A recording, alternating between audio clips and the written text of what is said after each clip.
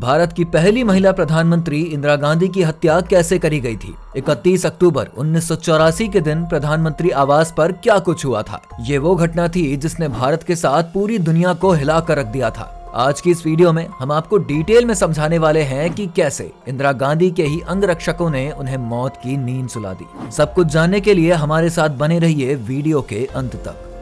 31 अक्टूबर 1984 का दिन पूर्व प्रधानमंत्री इंदिरा गांधी के लिए एक नॉर्मल दिन जैसा ही था। इस दिन एक आयरिश टीवी के जर्नलिस्ट के साथ इंदिरा गांधी का एक डॉक्यूमेंट्री के लिए इंटरव्यू होना था। इस इंटरव्यू को 9:30 बजे शुरू होना था, जिसका टाइम पीरियड लगभग 1 घंटे का था।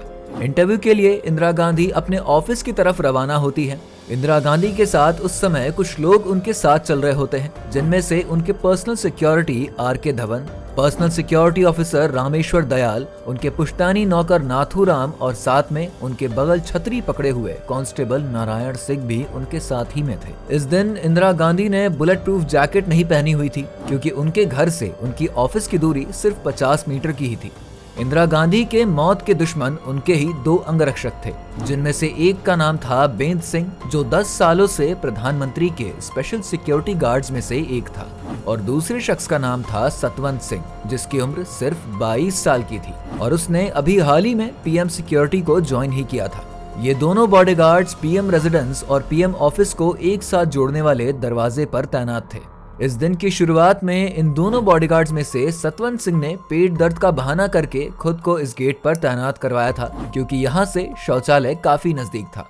अब धीरे धीरे इंदिरा गांधी अपने लोगों के साथ इस गेट की तरफ बढ़ रही थी।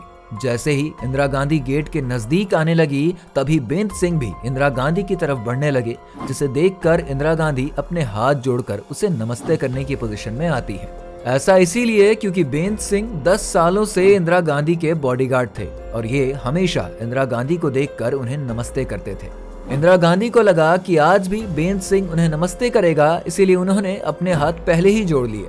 लेकिन किसे पता था कि बेंत सिंह आज एकदम से बागी बन जाएगा।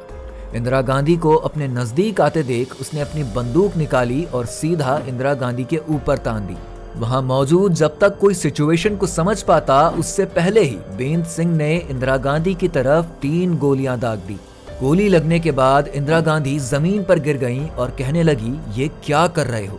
ये सुनकर बेंत सिंह 1 सेकंड के लिए रुक गया और अपने साथी सतवंत सिंह को गोली चलाने के लिए कहा, और उसने भी तुरंत अपनी बंदूक से गोलियों की 30 राउंड फायर करी।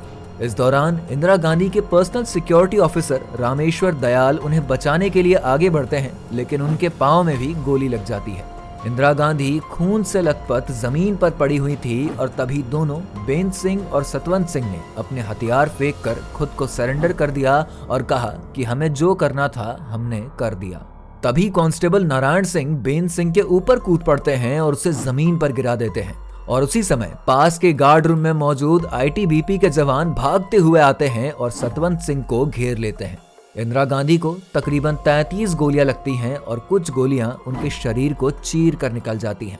वहां मौजूद इंदिरा गांधी के पर्सनल सिक्योरिटी आर.के. धवन ने तुरंत चिल्लाकर एम्बुलेंस बुलाने की गुहार लगाई, लेकिन उस समय प्रधानमंत्री आवास में मौजूद एम्बुलेंस का ड्राइवर वहां मौजूद नहीं था। गोलियों की आवाज सुनकर माखन लाल फोटेदार वहां पर पहुंचे और आर.के. धवन के साथ एक सफेद अम्बेसडर गाड़ी में इंदिरा गांधी को बिठा दिया। इंदिरा गांधी को तुरंत एम्स में भर्ती करवाया गया, लेकिन डॉक्टरों की तमाम कोशिशों के बावजूद भी वो उन्हें नहीं बचा पाए। भारत की आयरन लेडी कही जाने वाली इंदिरा गांधी अब इस दुनिया में नहीं थी।